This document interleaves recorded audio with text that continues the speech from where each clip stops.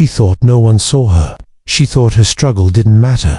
But when she accidentally fell asleep in the Billionaire's suite, she had no idea her life was about to change forever. The Orion Grand Hotel was the crown jewel. Off the skyline, 48 floors of glass, chrome, and polished marble that gleamed like a lighthouse above the city. Inside, its pristine hallways, velvet drapes, and chandeliers whispered stories of wealth, power, and influence. But behind the scenes, away from the designer suits and champagne flutes, another world existed, a quieter, tireless one, filled with the footsteps of those who kept it running. Amara Diaz, 26, was one of those footsteps. She moved swiftly, quietly, unnoticed, in the tailored uniform of a hotel maid. Her long brown hair was tied back tightly, not just for neatness, but to hide the fatigue in her eyes. Amara wasn't just working, she was surviving. Born and raised in the small working-class neighborhood of Brighton Hill, Amara had grown up fast. Her father, a mechanic, passed away when she was 16, and her mother's multiple sclerosis diagnosis soon after left Amara as the rock of the family. Her younger brother, Luis, was 19 now and struggling through community college, and every bill, every prescription, every overdue notice seemed to find its way to her. She worked 5, sometimes 6 shifts a week at the Orion Grand, cleaning luxury suites she could never afford to step into as a guest. But tonight was different. It was nearly 11:45 p.m. Amara was finishing her last assignment of the day. Suite 4701, the presidential suite reserved for the ultra-elite. The guest had requested a full-service reset, which usually meant fresh linens, spotless floors, arranged fruit bowls, and a handwritten note on the pillow. She yawned as she pulled the last sheet taut on the massive king-sized bed. Her legs ached, her eyes were burning. Her body had reached a point of exhaustion that blurred the line between waking and dreaming. She didn't even remember sitting on the couch, or laying her head back against the silk cushions. The next thing she knew, everything went dark. Across the city, a sleek black car cut through the night like a shadow. Inside sat Julian West, the elusive CEO of Westbridge Capital, a financial empire that touched everything from real estate to renewable energy. Only 34, Julian was already on the cover of every major business magazine. But tonight, success tasted like ashes. He had just returned from Tokyo, where another $1 million deal had closed, and he should have been thrilled. Instead, he felt empty, alone. Again, as the elevator climbed the 47 floors to his private suite, Julian scrolled through a text from his assistant. Room 4701 fully cleaned and prepped. Fruit bowl and rose-scented towel per your request. He didn't know why he still asked for those things. No one ever joined him. No friends, no family, just a quiet room and the cold company of silence. The suite doors opened with a soft chime. Julian stepped inside, dropped his leather bag, and moved toward the lights. But as he did, he stopped dead. There, curled up on his couch, her head resting against a folded towel, breathing softly, was a woman. She was asleep. At first, Julian thought maybe there had been some mistake, but then he noticed the hotel uniform jacket draped over the chair, the cleaning cart parked discreetly in the hallway. Just outside, she was a maid, and she'd fallen asleep in his suite. For a moment, Julian didn't move. Something in him froze, not in anger, not in confusion, but in curiosity. She looked so exhausted. Her face was peaceful, but the kind of peace that came after a war. He could see it in her posture, in the calloused fingers resting on her lap. Julian had built an empire by reading people in seconds, and something about this moment about her felt profoundly human. Instead of waking her, he did something he hadn't done in years. He sat, quietly, across from her, watching the way the moonlight fell across her cheekbones, the way her chest gently rose and fell. This woman had not asked to be noticed, but tonight, Julian noticed.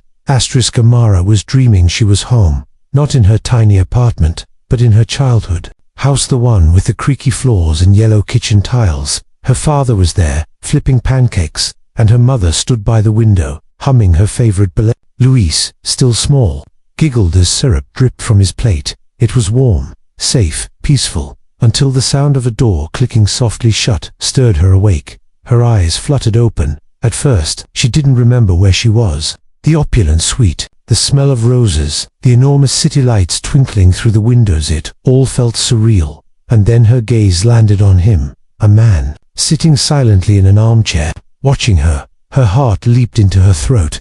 "Oh my God," she whispered, instantly rising to her feet. I'm so sorry. I didn't mean to, please. I wasn't." Julian stood, hands raised gently. "It's okay," he said, his voice calm and measured. "You were tired." "No, sir. I'll leave immediately.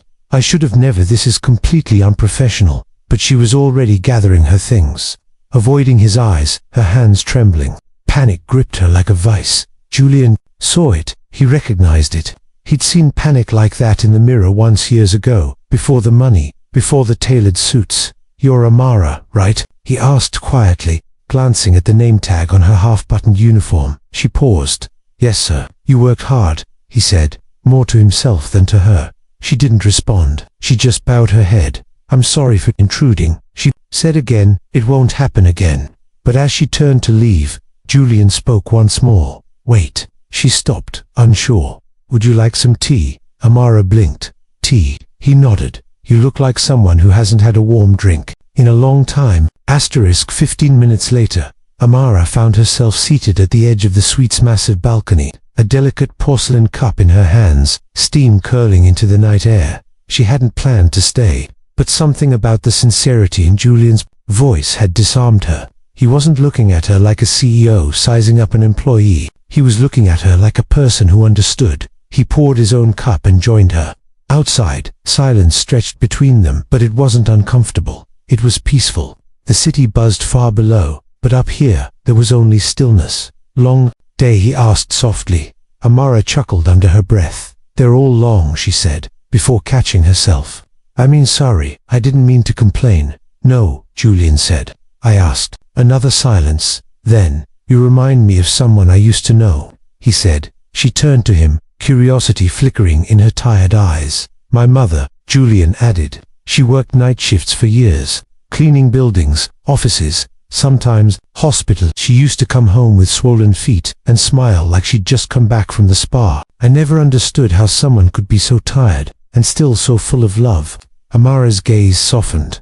"I get that," she said quietly. "You work for the people you love. You keep going, because stopping isn't an option." And just like that, the walls began to lower. Not completely, but enough. They sat there, strangers with wildly different lives, sharing the same sky. To people who were supposed to live in parallel lines, but on this one night, those lines had crossed. Closing scene for part 1, emotional reflection as the night deepened. Amara stood at the suite door, ready to finally leave. "Thank you," she said, "for not judging me, for the tea, and the company."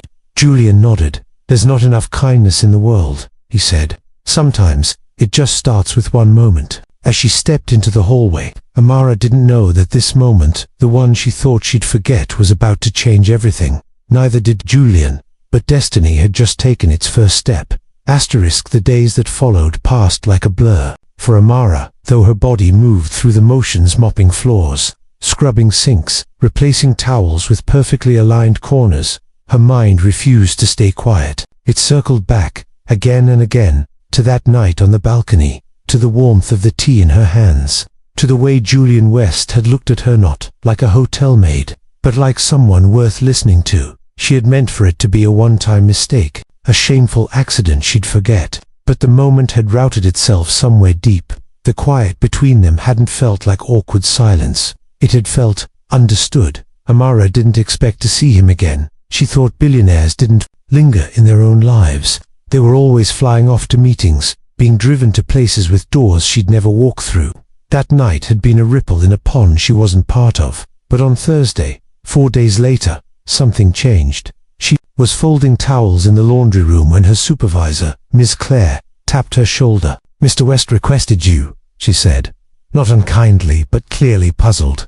"Suici quattro mui," said the center's personal request. Amara's hands froze mid-fold. I don't understand. Did he complain?" Claire shook her head. "No. In fact, he said," I quote, "she made the room feel like someone cared." She studied Amara a moment. "Whatever you did, it stuck." Her heart stammered. This wasn't protocol. This wasn't anything that had ever happened before. She climbed those 47 floors again, uniform pressed, hair tied back tighter than usual. Her hands trembled slightly as she knocked. Once, twice, the door opened slowly. He was there. "Hi, Amara." His voice was even, but there was a softness around the edges, like something had shifted in him too. "I didn't mean to make this awkward," Julian said, stepping back to let her in. "I just wanted to say thank you for that night." Amara blinked, confused. "Thank me. You reminded me of something real," he said simply, "and I realized I don't have much of that anymore." She didn't know what to say.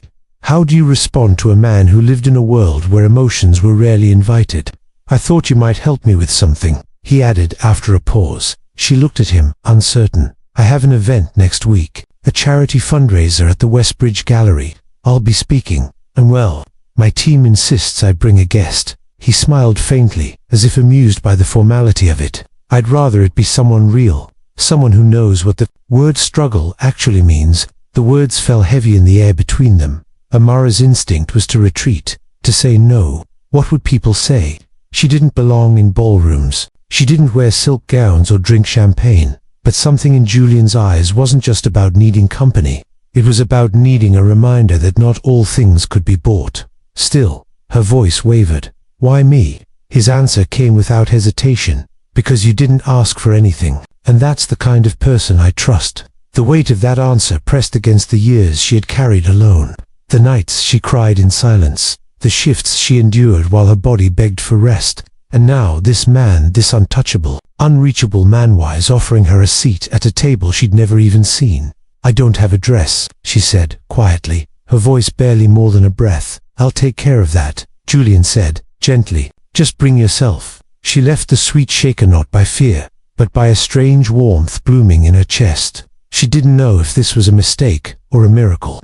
All she knew was something had started that night, something she couldn't name yet, and deep inside, behind the walls she had built for survival, a small door creaked open, not wide enough for dreams, not yet, but wide enough for hope.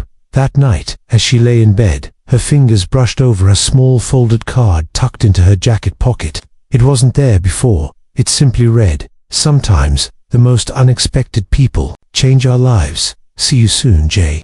And for the first time in years, Amara fell asleep, not from exhaustion, but with a quiet smile. She had no idea that this invitation, this one chance, would unravel everything she thought she knew about herself, and that by saying yes to a single evening, she would unknowingly begin rewriting her entire future. The soft hum of the city murmured beneath the night sky as Amara stood in front of a mirror, hardly recognizing the woman staring back at her. The gown was a deep ocean blue, elegant but simple, hugging her form with graceful lines.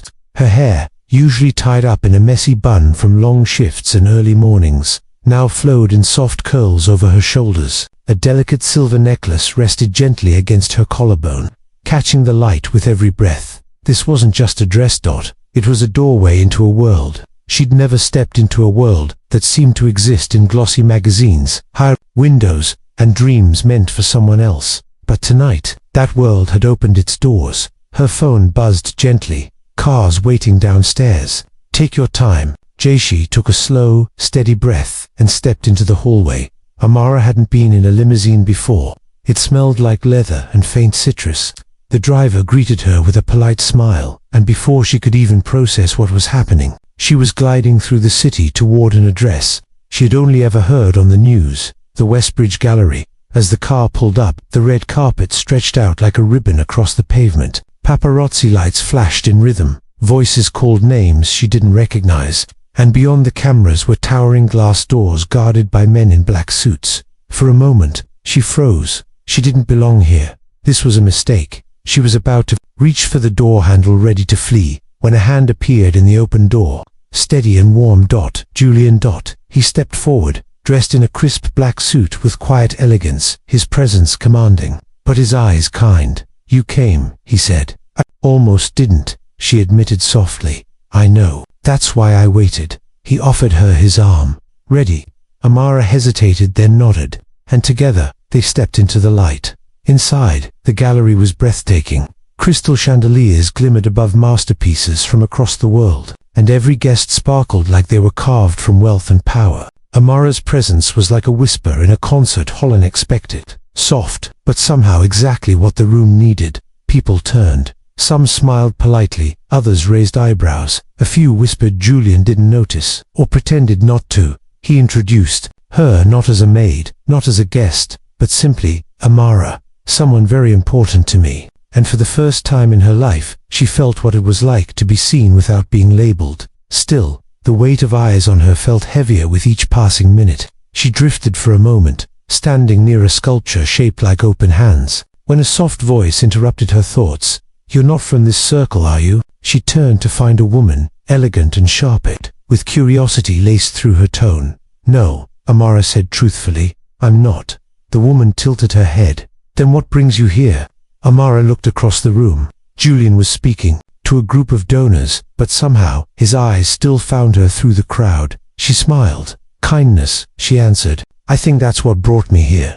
The woman stared at her for a beat longer, and something in her expression softened. "Then you're exactly where you're meant to be," she said, and walked away. Later, as the evening reached its peak, Julian took the stage. Cameras turned. Silence fell. "I've been asked to speak about impact," he began, his voice echoing through the glass and gold. "But tonight, I want to talk about perspective." He paused. His gaze searched the crowd, landing gently on her. "Sometimes we measure success by numbers, by power, by control. But the truth is, real impact, the kind that matters, comes from those who show up when no one's watching, who give without asking, who carry more than their share, and do it quietly." The room listened. "Tonight, I brought someone with me who reminds me of that. Someone who showed me that strength doesn't always wear a suit or sit in a corner office. Sometimes, it wears tired eyes and still smiles anyway." Amara's throat tightened. He didn't say her name. He didn't have to.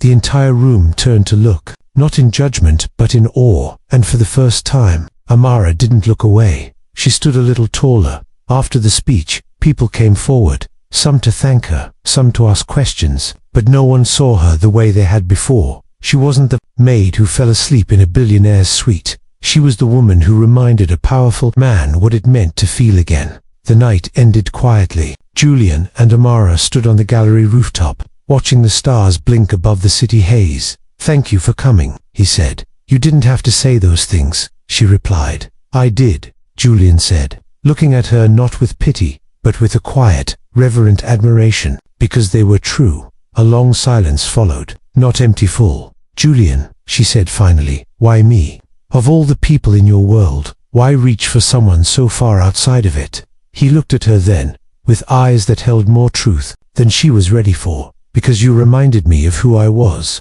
before all of this." And just like that, something shifted, something real. Neither of them said the word, not yet, but it was there, growing, unspoken, and undeniable. The kind of connection that didn't ask for permission, the kind that changed lives. The city had resumed its rhythm, the constant pulse of traffic, the distant wail of sirens, and the buzz of ambition echoing through Manhattan's steel bones.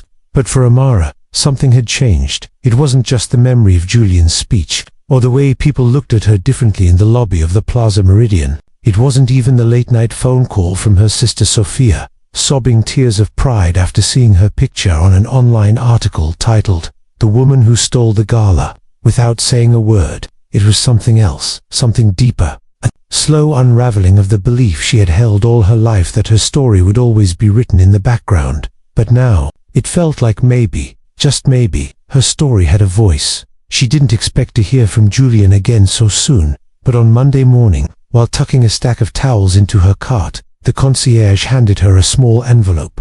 No address, just her name in clean handwriting. "Don't panic. Just trust me.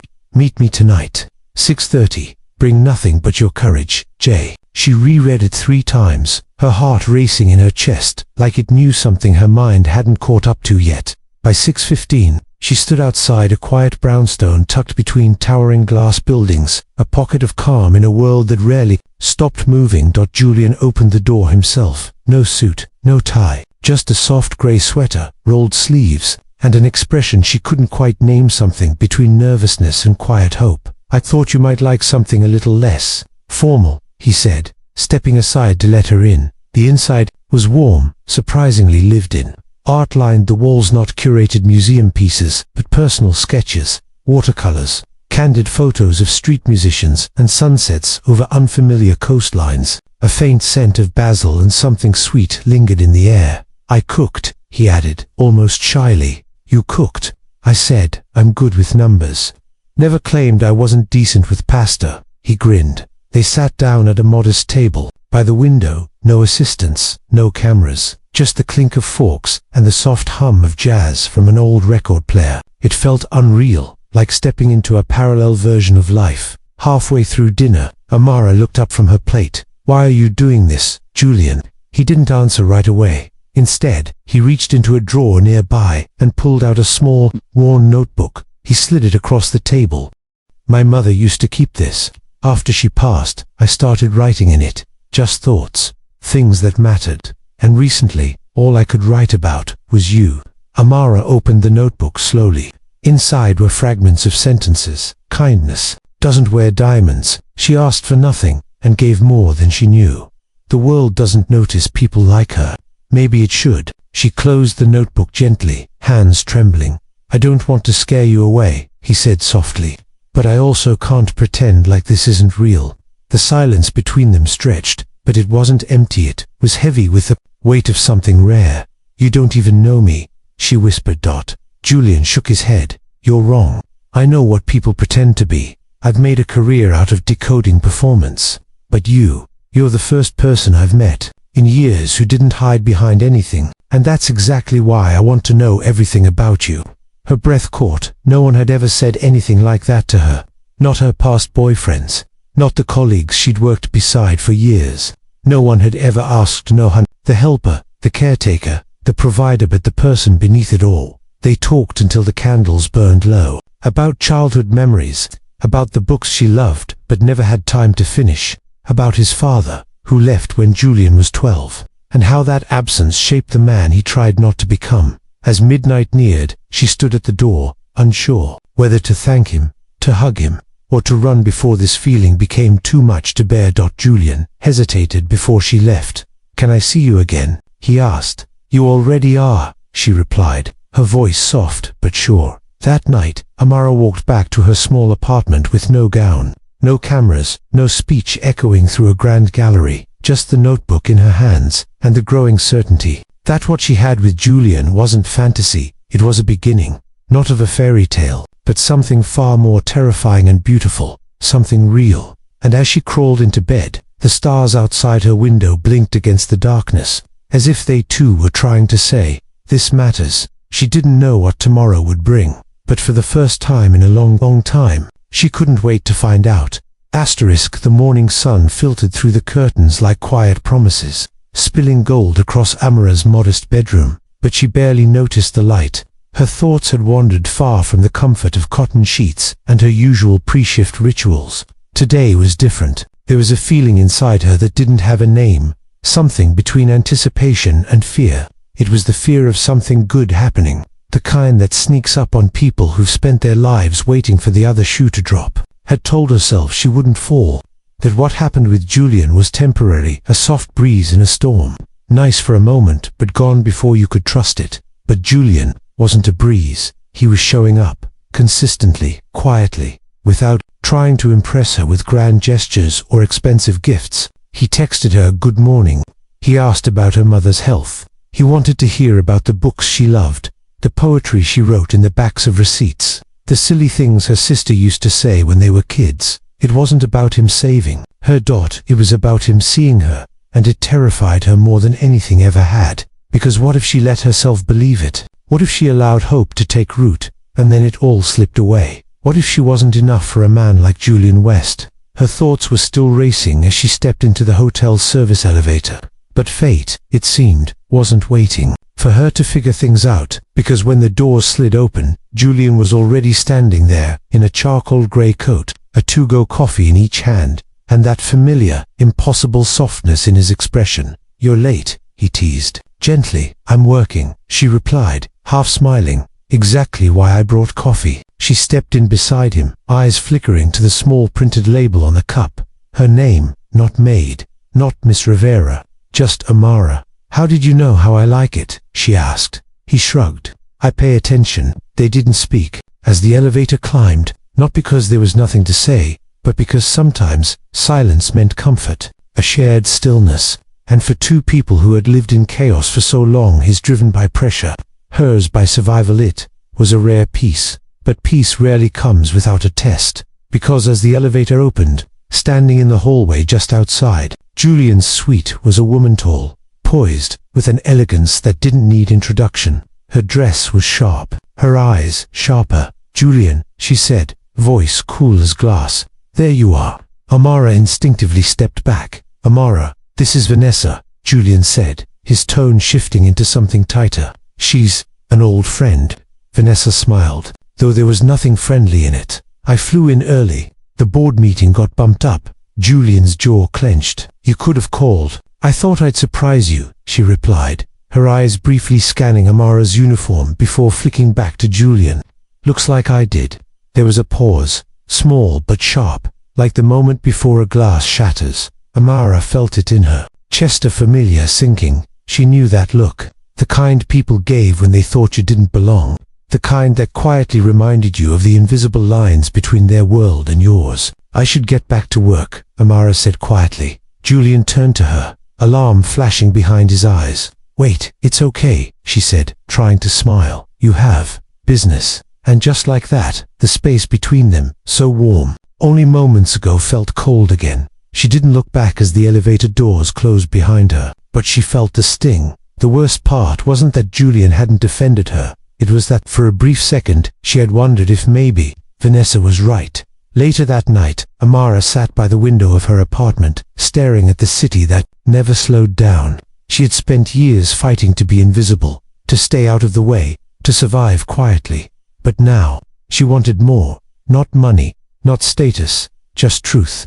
Something real, something she didn't have to question every time someone more fitting entered the room. Her phone buzzed. "Julian, please talk to me." She didn't respond. Then, another message followed. "Julian, she's not who I care about. You are. I should have said it sooner. Please, let me fix this." She stared at the screen, then typed 3 simple words. "I need time," and set the phone down. She didn't cry, she didn't fall apart, because somewhere deep inside her, a new version of herself was waking up. Not the tired, overworked maid, not the silent, grateful outsider, but a woman who had seen what it felt like to be valued and now knew she deserved it. Whatever happened next, Amara wasn't walking backward, not anymore. It rained that morning, not the loud, dramatic kind that crashes against windows, but a soft, steady drizzle that seemed to hush the city's noise. Manhattan looked gentler under its veil of grey, and Amara found herself watching the droplets slip down her apartment window, like time melting slowly. It had been 4 days since she last saw Julian. 4 days since she walked away. 4 days since she chose herself, and for the first time in her life, that decision didn't feel like a defeat. It felt like a quiet kind of power. She still showed up to work each day, kept her head down, folded sheets with muscle memory and focus, but something had shifted. She wasn't just surviving anymore, she was listening to herself. To what she needed. To what she deserved.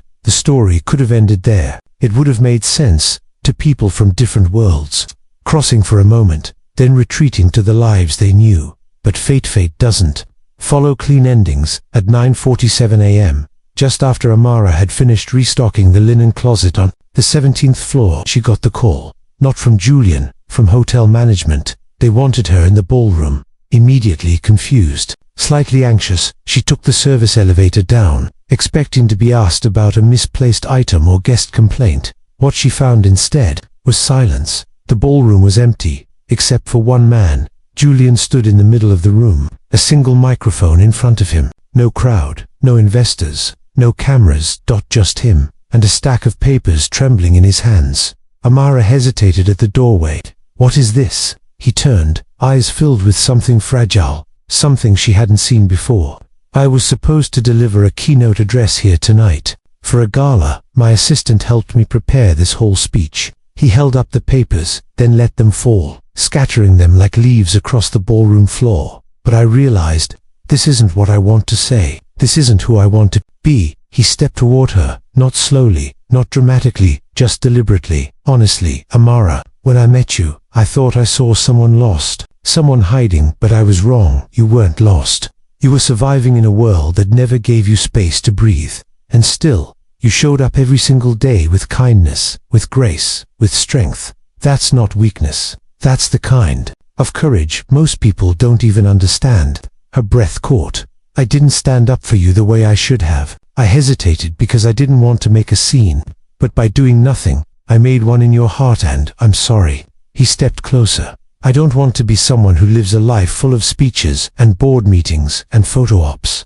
I want to build something real, with someone who sees me, not my money, not my suits, me. And there's only one person I've ever felt that with. The room held its breath. Come with me, he said softly. Where? She asked, her voice barely more than a whisper. Wherever you want to go. Not as someone I rescue, but as someone I walk beside.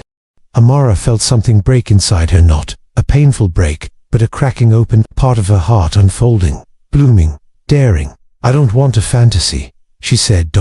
Julian smiled, not with charm, but with vulnerability. Then let's build a reality. She didn't rush into his arms. She stepped forward slowly, one foot, then another, until they were close enough to hear each other's breath. She looked up at him, not searching for answers, just truth. I'm scared, she admitted. So am I, he replied, but I'd rather be scared with you than feel safe without you. The rain continued. Outside. Inside the ballroom, two people stood alone in a space made for hundreds, but it felt full of second chances, of hard-won trust, of something beautiful growing where no one expected it. They didn't kiss, not yet. They just stood there, forehead to forehead. Two lives, slowly rewriting the ending they'd both been taught to expect. It wasn't a fairy tale, it was better, because it was earned. And for Amara, the maid who had fallen asleep in a billionaire's suite and awoken to a new future, it was only the beginning.